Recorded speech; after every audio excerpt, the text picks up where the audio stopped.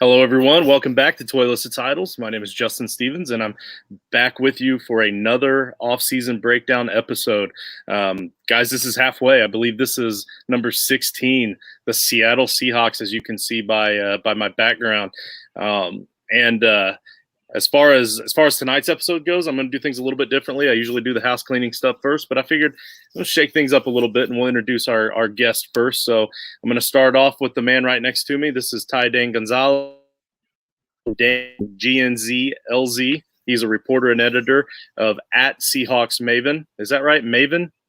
Yeah, Seahawk Maven over at it's just Seahawk Maven, not Seahawks Maven. Okay. All right. Yeah. Yep. Okay, my bad. As a matter of fact, I'll go ahead and fix that now because I'm going to end up bringing it back up again here in a little while anyway. So we want to make sure they get it right. But that's on SI.com. He's also the co-host of the Control the Zone podcast. You want to tell us a little bit about that? Yeah, so that's covering the Seattle Mariners. I started that with my buddy Colby Patnode, who I met at Soto Mojo, which was the Mariners blog on Fansided. And we ended up living there, starting our own thing, talking about the Mariners. So the Mariners are something that I'm equally passionate about, as is with football and with the Seahawks. So yeah, if you guys are Mariner fans or baseball fans in general, we talked about it over there. We have a live show on YouTube you can find on every Friday, and yeah, it's pretty good stuff.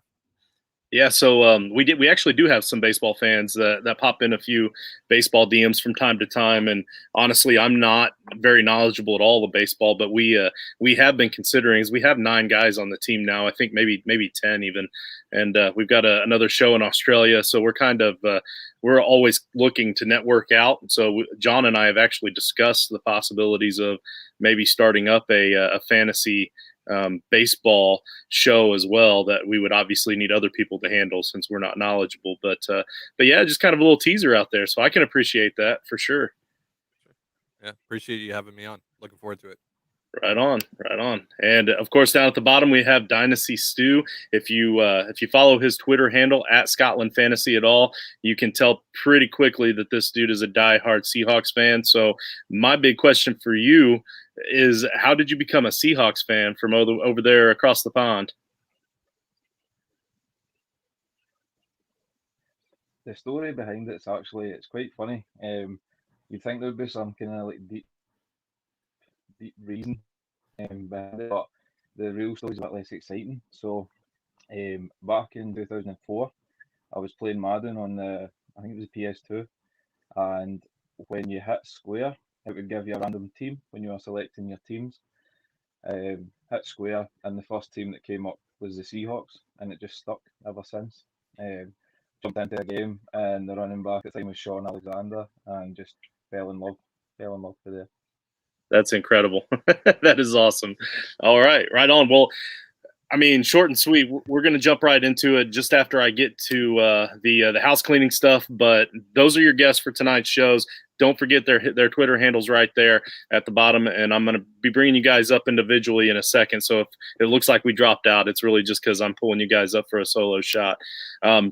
For the listeners, don't forget, this show is being broadcast right now on YouTube, Facebook, and our other Facebook page, When a Family Breaks, where we are buying and selling cards and memorabilia and that sort of stuff. Don't forget, our actual normal typical weekly show is on Apple Podcasts, Spotify, and Podbean. Even though these breakdowns have been doing really well, we'd really love for you guys to check out the main episodes. And our next main episode is our redraft rankings show. So it's a big one, and it's going to be Wednesday night at 9:15. So we're pretty excited about that one. All the guys have been working hard and diligently to get their ranks put in, and we're gonna announce to all of you what all of our ranks are, along with Joshua from FusionFFP.com as well, of course. Please hit that like and subscribe to help us out. That subscribe button is down there in the bottom corner next to Stu. And give us that 5-star review. That 5-star review, don't forget, you give us that 5-star review, you screenshot it, you DM it to us, and you're going to be in the running. With Mr. Wilson is one of them that are in the running. We have, I think, 5 in the running for a free entry into our Frankenstank Listener League, the monster that just keeps on building. We're up to a 3-copy league now, so you definitely want to get in on that, and it is a wild and crazy and different kind of league. Another way to support us, patreon.com/toylist titles. Don't forget to help us out there as well. That's starting to grow a bit, and we really appreciate you guys. Down at the bottom, you're going to see a scroll that has all of the Twitter handles for everyone. I do want to make sure it looks like I saw a message earlier that we left somebody off on the end. And we sure did. So I tell you what, Steve, I'm going to make sure to fix that before tonight's episode. I'm actually going to be doing another episode later tonight. So, but anyway, those are the Twitter handles for everybody. I'll fix that before then. So I think we're pretty much ready. We're ready to get started with this. We're about 25 minutes of talking Seahawks. So the first question I have for you guys is that obviously there's no doubt that the Seahawks offense is the heartbeat of this team. But what do we have to be excited about with their defense? Because the Seahawks only had 3 draft picks this year, and they used one of them on a defensive back. That wasn't until the 4th round, and the Legion of Boom is obviously gone. But there has to be something that we can look for this season with the Seahawks. Maybe something they can build off from last season or something. But what's something that maybe you guys are a little bit excited about watching on Sundays? Well, I think the big thing and the big difference this year is, in free agency, they lose both of their week 1 starters from last year, Shaquille Griffin and Quentin Dunbar at cornerback. So cornerback's going to look a lot different for this team. DJ Reed really broke out last year towards the end of the season. So it's assumed that he's going to have one of those spots locked down. The other spot opposite him is pretty much up for grabs between 4 guys right now: Pierre Desir, Akella Witherspoon, Trey Brown, who you talked about, drafted in the 4th round, Trey Flowers, who's started a lot of games for them over the last 3 years. And, sticking with the secondary, Jamal Adams had a great first year with the team despite numerous injuries. He had broken fingers, he had a torn shoulder labrum, he had a groin injury that he was dealing with, and he still set the defensive backs record for most sacks in a single season. Obviously, didn't get the interceptions. That's never really been a part of his game, but seeing him healthy now in the system is going to be very exciting, I think. Going down to the linebackers, seems like KJ Wright is not coming back in free agency. They haven't said that the door is closed on that. They've actually, in fact, said that the door is very much open, but just doesn't really make much sense right now, especially because he would be into a limited role at Sam linebacker. So that's more so going to be Bobby Wagner and Jordan Brooks's thing. And Jordan Brooks showed a lot of pass coverage last year, so showed a lot of speed. They really like him at the will side, and they're trying out Darrell Taylor, who they took in the 2nd round last year at Sam linebacker, to be more of a rush first Sam. So that's really interesting. Possibly get more pass rushing ability out of that position. And, that's something that KJ Wright really never offered. But I think the big thing here on this defense is the upgrades at pass rusher. You get a full season now of Carlos Dunlap, who they brought back when they traded for him last year. I don't know if you guys were paying a ton of attention to this team in the first half of the season, but they were at an historic rate in terms of poor play on defense. They were giving up a ton of yards, and a lot of that was because they were not getting pressure on the quarterback. So really they refocused on the pass rush. They traded for Carlos Dunlap, and he really revitalized that group. It didn't turn it into a top 5, top 10 group, but they were more average, which they were bottom of the barrel for the first half of the season. So getting Dunlap, getting another year of Benson Mayoa in a rotational role. They signed Kerry Hyder Jr., who's coming off of a career year in San Francisco under Robert Saleh. That's really interesting, especially at the five tech role. That's really been kind of used by Rasheem Green and LJ Collier, who've been pretty much disappointments so far. So they should be able to get after the quarterback a lot more often. And if Aldon Smith is able to get cleared from his current thing, that even adds more. And I appreciate the comment about the hat there. Good call. Very good call there with the hat. But yeah, they if Alden Smith is there, if Alton Robinson takes another step, this pass rush group could be pretty dangerous. and that should take some of the pressure off of the secondary as well. Which again, some uncertainty there at corner. We'll have to see how the interior goes. They like Poona Ford. Jaron Reed's now gone, so we'll see how that comes together with Al Woods and Robert Kimdiche and all that. Maybe they add more there, but I think this is a defense that's going to surprise people. Good. I was going to call you Scotland. I'm used to seeing the Twitter handles at the bottom. Hey, Stuart, do you have anything you'd like to add to that? He pretty well Hold hit. on, I'm having some audio difficulties. Hold on, give me a second. Okay. All right, I think I can hear you now. Yeah, I think my headphones were glitching out there. I was hearing nothing. No, you're all good. I was actually talking to Stu anyway. You're good to go. Oh, okay. No, I do appreciate the info there. But anything you'd like to add, Stu? Ty covered a lot of the bases there. For me, like, I know Dunlap was let go earlier in the off season and then re-signed. For me, that was huge. I agree with Ty that I think he really gave the pass rush a different dimension last season when he came in. Because up until that point, as Ty said, the pressure wasn't there on the opposing quarterback, just the same. Going to be interesting to see how the new guys fit in, the likes of Kerry Hyder, just to bring him in to see what he's got. I actually want to give almost a shout out to somebody that I really doubted before, who was Trey Flowers. Trey Flowers absolutely rubbished 2 seasons ago and said that he was never gonna cut it. And I was actually really impressed with what I saw in spells last season. So I think he is in a genuine battle for that, that corner position.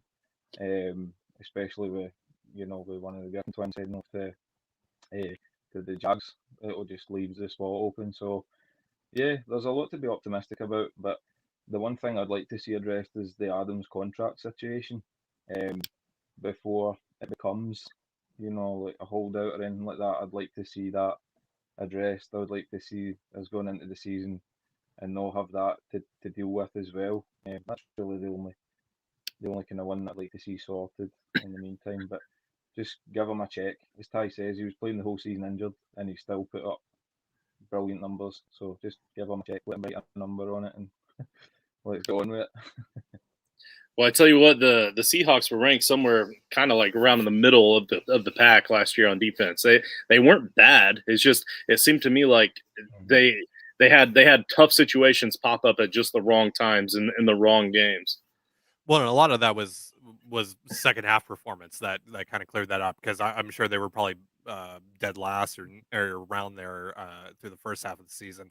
A lot of that was also they got a very favorable schedule in terms of opponents that in terms of quarterbacks that they were facing guys like Dwayne Haskins and an injured Kyler Murray, to Colt McCoy, who they actually ended up losing to, but not really because of the defense in that game. But yeah, it was a combination of things, and they seemed to be on the right track, and it was kind of a tale of the two halves last year, because you had the offense really pop off in the first half, and then the offense kind of fell back, and the defense kind of figured it out, and they just never really able to play a complete game. Well, I tell you what, if that's any indication to what this season is going to be like, they start off with Carson Wentz, and then the Titans. Then you have the Vikings, the 49ers. The Rams have Matt Stafford now. Old man Ben Roethlisberger. Maybe Jameis Winston, and then the rookie Lawrence for the Jaguars. So it's a much more favorable start to this season if you're talking quarterbacks, in my opinion. Yeah, the big matchup there to me is the Titans game, because I think those are two teams that are very much mirror opposites of one another. They love to run the football. Derrick Henry is going to be a big factor in that game. Obviously, Julio and AJ Brown against this secondary is going to be very interesting, especially early on. This is when they're still figuring out how that secondary is going to look like. But like you said, yeah, it is a favorable matchup most weeks in terms of opposing quarterbacks. But this is a team that historically starts out slow, whether it's in their games or in the season in general. They're usually slow starters, and there are some pretty tough matchups overall, just in terms of how teams are built. Maybe not so much in terms of quarterbacks, but I think these teams are, going to give them a run for their money, and I would expect some close games early on. Well, as the resident Colts fan for Toilets to Titles, facing you guys in week 1, I'm glad to hear you say that they're slow starters. So, Yeah, no, that's a game that I could easily see the Seahawks lose. Right, um, as a fan of the team growing up and now covering the team, you see it year in and year out.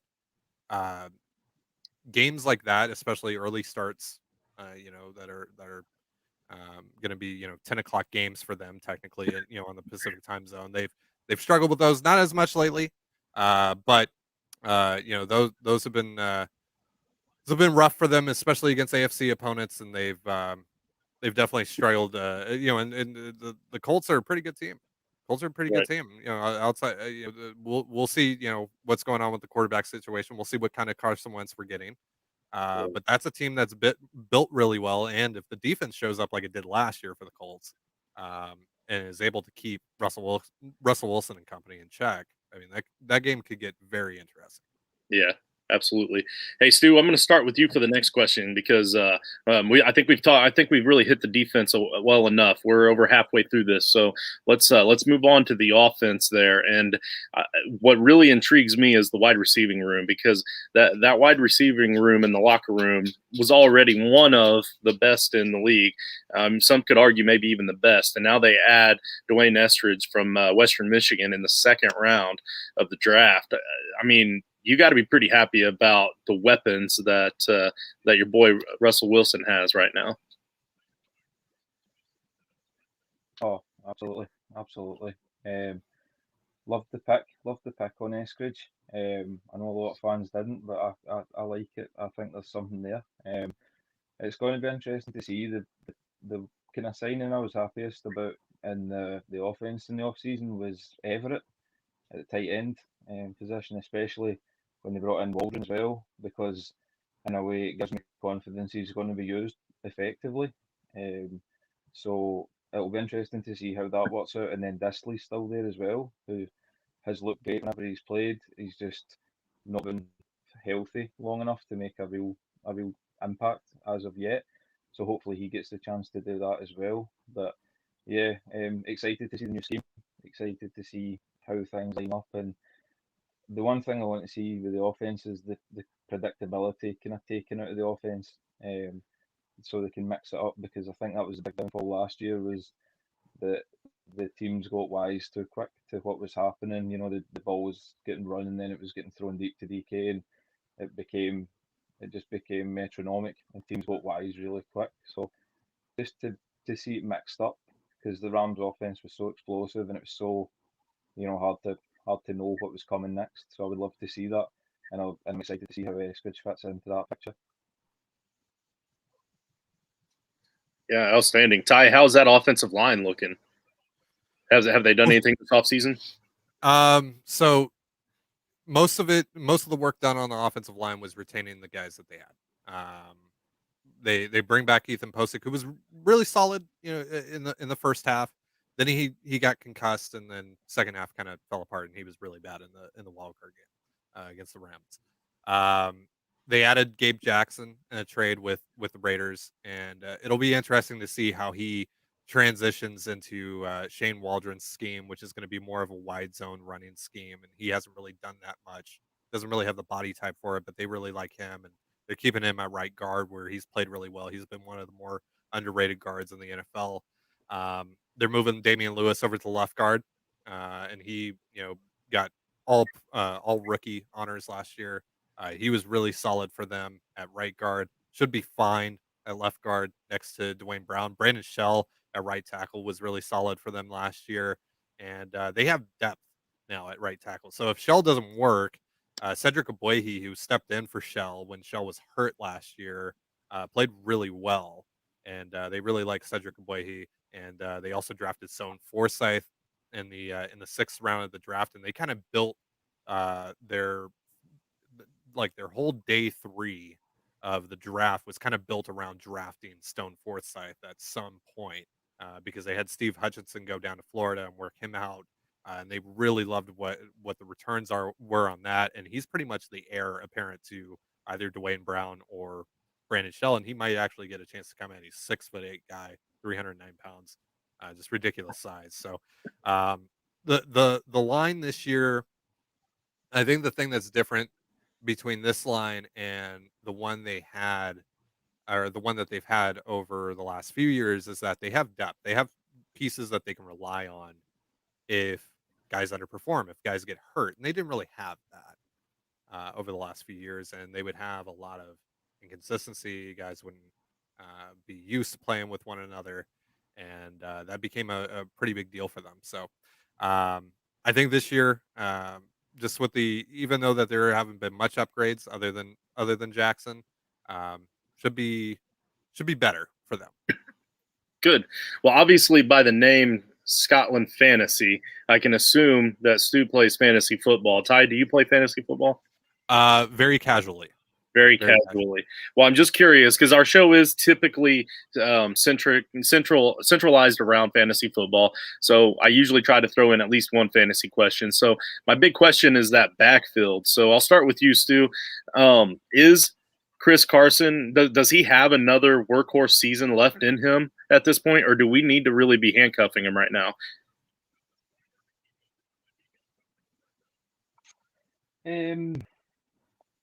I would say you're probably safer handcuffing him. He's had issues staying healthy the past couple of years, and he produces when he's healthy. That's the problem. He's a great fantasy running back. Catches passes as well. But it's just I've been the redraft leagues I've been in where I've taken Carson. I picked up Dallas in the later rounds, or I've picked up like just to play on the safe side. But yeah, when he's fit, when he's healthy, he does well, as you know.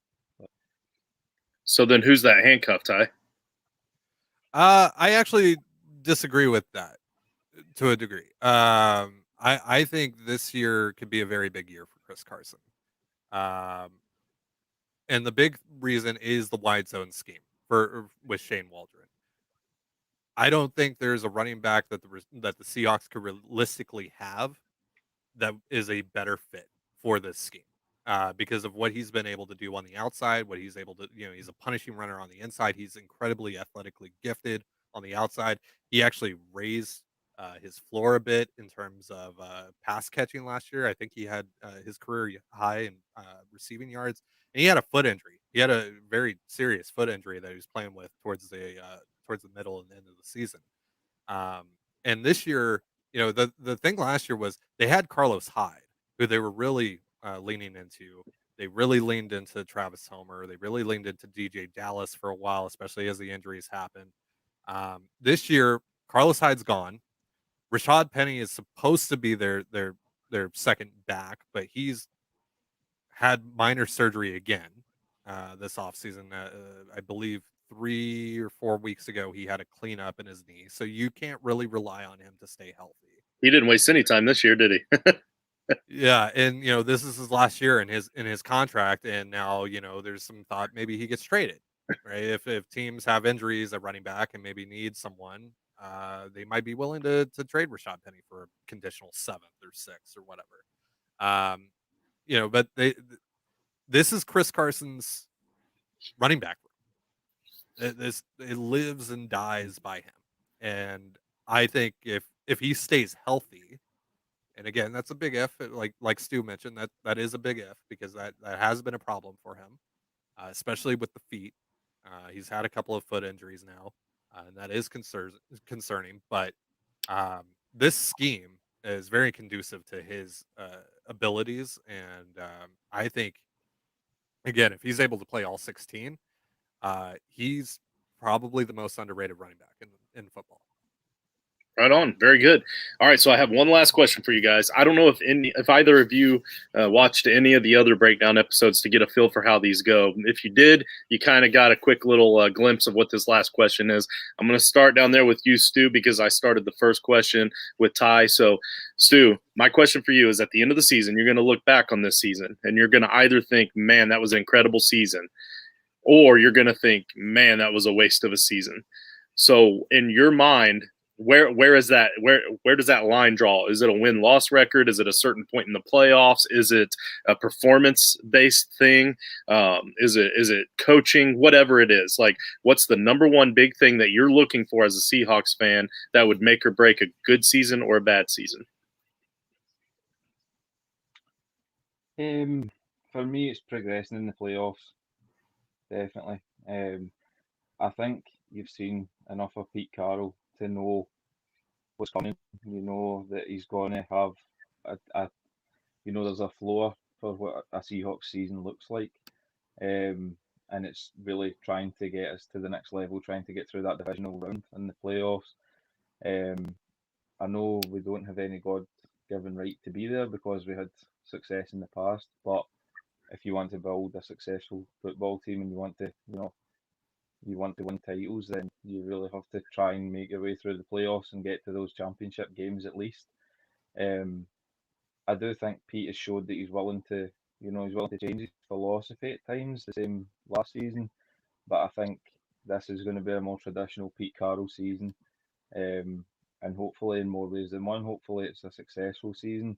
But yeah, for me, it would be getting through the playoffs, getting to at least the championship game, and see how we go from there. Winning the division even this season, because I think the Rams are going to be as strong as we've seen them, and I think the Cardinals are big outsiders as well this year for the potentially to win the division. And as long as Shanahan's there, you can't write off the 49ers. So yeah, I'd like to see us try and make it through the divisional round of the playoffs, but we'll see how it goes. We'll see how it goes. Yeah, as a non fan of the Seahawks or any of those teams, it is definitely one of the best divisions to watch from the outside looking in for sure. How about you, Ty? They have to make the Super Bowl this year. Boom. Anything else with this team at this stage is a failure. In this point in Russell Wilson's career, in this point in their championship window, they have to make the Super Bowl. They've made the wild card round. They've made the divisional round. They've lost. They haven't gotten back to the NFC Championship game since they won against the Packers in 2014. That needs to be the bar, and that is the bar. And if they fail to, get anywhere close to that, massive failure. And that was a huge thing last year was they won the division pretty convincingly, right? Bunch of things, fell in the right spot for them. Cardinals kind of fell off. Obviously, the 49ers had a ton of injuries, and the Rams were, they had a great defense, but the offense was eh. And so, they beat them for the division title in Week 16, and then, but you had seen over the weeks in the second half that the offense was getting more uncertain as the weeks went by, and it finally came to a head in that wild card game. That cannot happen again. That's why they fired Brian Schottenheimer, even though I thought that was a bit of a scapegoat. Because I personally think most of the offensive failures last year were on Russell Wilson.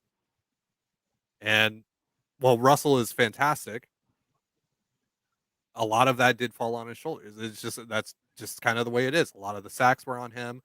The wild card game, if you watch the tape of the wild card game, he's ignoring wide open receivers to try and go downfield every play. That cannot happen. They need more fluidity in this offense, and it seems like Shane Waldron's going to give that to them. More versatility in this offense, and its offensive play calling, jet sweeps, fly sweeps, all the stuff that you've seen the Rams do, and they're going to play to Russell's strengths as well. Play action stuff, getting him under center more. And working that in and working in the middle of the field. Gerald Everett's going to be a huge part of that. Getting Dwayne Eskridge, who can play both inside and outside, is a really big deal because that's a legitimate weapon compared to David Moore, who they had last year, and playing that slot position, and that gives more opportunities for Tyler Lockett, and it gives more opportunities for DK Metcalf to move around the field and stuff. They're way more versatile, even though that they haven't added a ton of pieces this year. And it makes sense this year that if they're going to make this happen again, they're going to get back to the Super Bowl. It's this year. And if it isn't this year, then this thing is probably not going to work anymore. Outstanding. So you guys both, you want some deep playoff action. So I love to hear that. Obviously, that you guys are showing some true fandom here. Also, I noticed typically for our background, I try to get backdrops that do not have potential sponsors. But Boeing, if you're out there watching, we could take you on for sure. We could make this happen, Boeing. But also. These shows typically run the same way, guys, just so the two of you know. I typically have between 2 to 5 viewers on a regular basis while we're recording. I'm going to drop this, and I'm going to do some edits and drop it and share it on Twitter, and we're going to end up getting a lot more views. But for you 2 or 3 that are actually watching us right now, please stay tuned. Well, not completely stay tuned, but I will be doing the Bills breakdown at 9 o'clock this evening. I don't expect you to stick around your computer and wait until 9 o'clock, but go grab something to eat, spend some time with the family, come back and watch the Buffalo Bills breakdown. But for you guys, you see down there at the bottom, I got Ty's information with all of his handles and the great work he does over there for the Mariners as well. Ty, I appreciate your time. Thank you for coming on. Appreciate you. Thanks for having me on. Absolutely. And Stu, we got Stu at Scotland Fantasy down there. Stu, buddy, I know this could be a bit of a scheduling issue for somebody from way over there. And especially when I thought that Ty was from way over there, I just assumed he was Seattle. I don't know what I was thinking, but but I appreciate your time and your efforts in helping us get on here. Appreciate you, buddy. Thanks very much for having me. Thank you. Right on. You guys have a great evening, and I'll catch you on Twitter. Yeah, you too.